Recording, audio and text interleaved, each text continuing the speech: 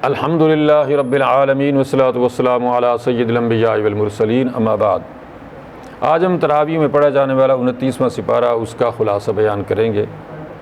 29वें सिपारे की पहली जो सूरत है वो है सूरत मुल्क। इस सूरत की जो फजीलत है वो अहादीस में बहुत ज़्यादा आई है कि जो बंदा भी सूरत मुल्क को या सूरत अलिफ लाम मीम तंजील जो 21वें सिपारे में है, इन सूरतों को रात में रोज़ाना पढ़ता है तो ये सूरतें उसकी सिफारिश करेंगी। चुनांचे मफ़हूम हदीस है कि एक सूरत ये कहेगी कि परवरदिगार ये बंदा मुझे पढ़ता था इत्माम से, लिहाजा मैं इसकी सिफारिश करती हूँ कि इसको बख्श दे। आए अल्लाह, अगर तूने इसे नहीं बख्शना है तो मुझे अपनी किताब से निकाल दे। अच्छा, अब ये कि इन सूरतें को जो मज़ामीन हैं, जैसे ख़ासकर अब ये सूरत मुल्क जो है, तबारकल्लज़ी बियदिहिल मुल्क, इसके मज़ामीन ऐसे हैं कि जैसे इंसान को मौत की तैयारी के लिए झंझोड़ देते हैं कि क़यामत का ऐसा हौलनाक मंज़र इसमें बयान किया गया है कि जब लोग ये कहेंगे कि यानी उनसे जब कहा जाएगा कि भी तुम्हारे पास फरिश्ते यानी अल्लाह के नबी आए थे, किताबें आई थीं, तो तुमने क्या ये तुम्हें समझ नहीं आई थी इन बातों की कि ये सब कुछ होने वाला है? तो वो क्या कहेंगे? वो कहेंगे बला, क्यों नहीं, मतलब ये सब कुछ हुआ था, हमने किताबें भी पढ़ी थीं, हमें सब पता था, नबियों का भी, किताबों का भी, जन्नत दोज़ख ये सारी चीज़ें बताई गई थीं, लेकिन फ़क़ज़्ज़बना, हमने झुटला। हमने कहा झूठ वूठ है, ऐसे फजूल कुछ नहीं है। वक़ुलना मा नज़्ज़लल्लाहु मिन शै, हमने कहा अल्लाह ने कोई चीज़ नाजिल नहीं की है। इन अंतुम इल्ला फ़ी दलालिन कबीर, हमने कहा ये नबी नऊज़ुबिल्लाह झूठे हैं, किताबें झूठी हैं, ये उलमा झूठ बोलते हैं, ये सब फजूल बातें हैं, कुछ नहीं है, कुछ नहीं होने वाला, मज़े करो, ज़िंदगी गुजारो।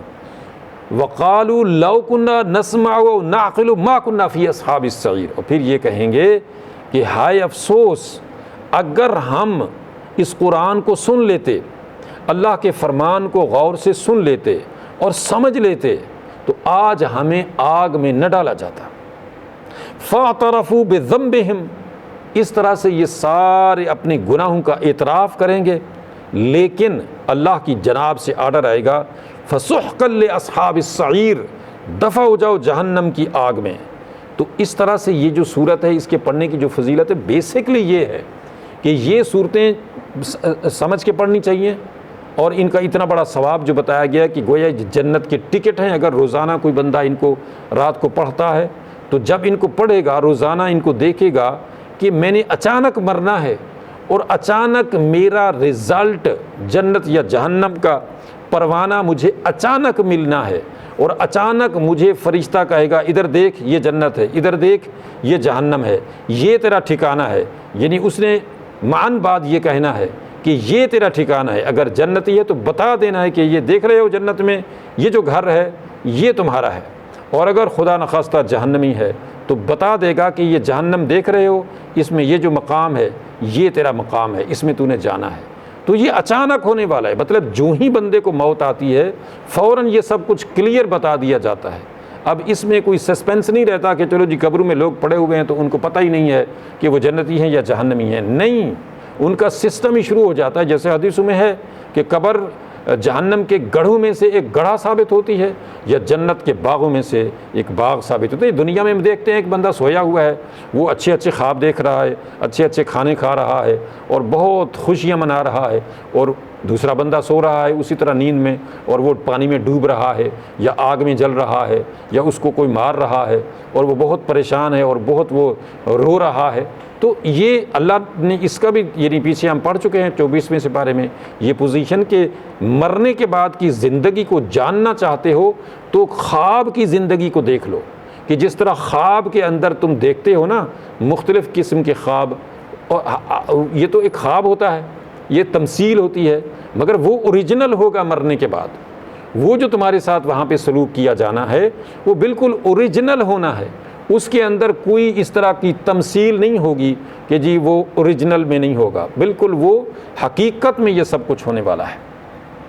अच्छा जी, उसके बाद अल्लाह रब्बुल इज़्ज़त ने इरशाद फरमाया कि अलम नुहलिकिल अव्वलीन सुम्मा नुतबिउहुमुल आखिरीन कज़ालिका नफ़अलु बिल मुजरिमीन।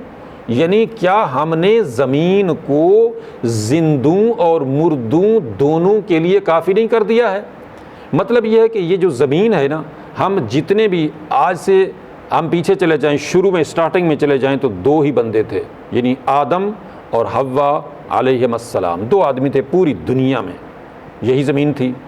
उसके बाद उनकी औलाद शुरू हुई, 2, 4, 6, 10, 20, 50 लाख करोड़, 10 करोड़, अरब, आज 8 अरब हैं।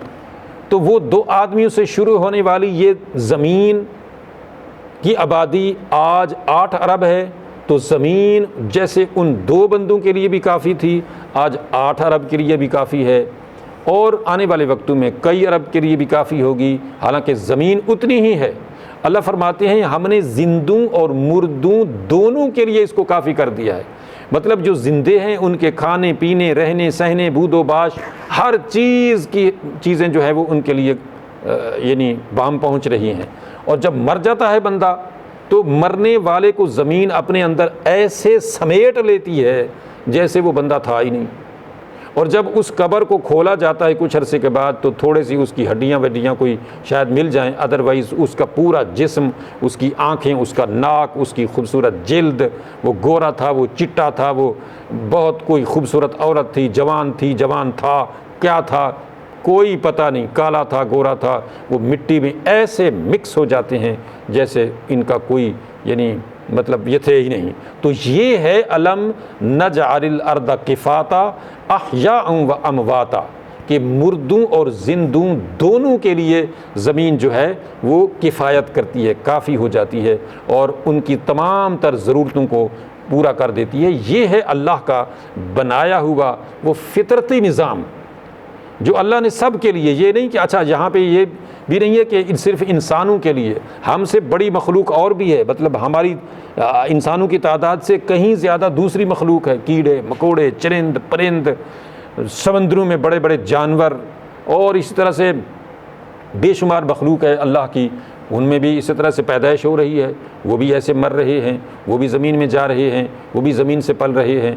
ये सारा सिस्टम बताता है कि एक बहुत बड़ा यानी एक साइंटिफिक सिस्टम बनाने वाली कोई हस्ती है जिसके कब्ज़ा कुदरत में ये सारा कुछ ऐसा निज़ाम है कि उसमें कोई किसी तरह की कमी बेशी नहीं होती है, कोई इस तरह की नुक्स पैदा नहीं होता है कि जी अभी ये हो गया तो वो हो गया। नहीं, ये खुदा का बनाया हुआ वो निज़ाम है जिसमें ज़रा भी एक लम्हे के लिए कोई नुक्स पैदा नहीं होता है। अल्लाह ताला समझने अमल करने की तौफ़ीक़ अता फ़रमाए। व आखिरु दावाना अनिल हम्दुलिल्लाहि रब्बिल आलमीन।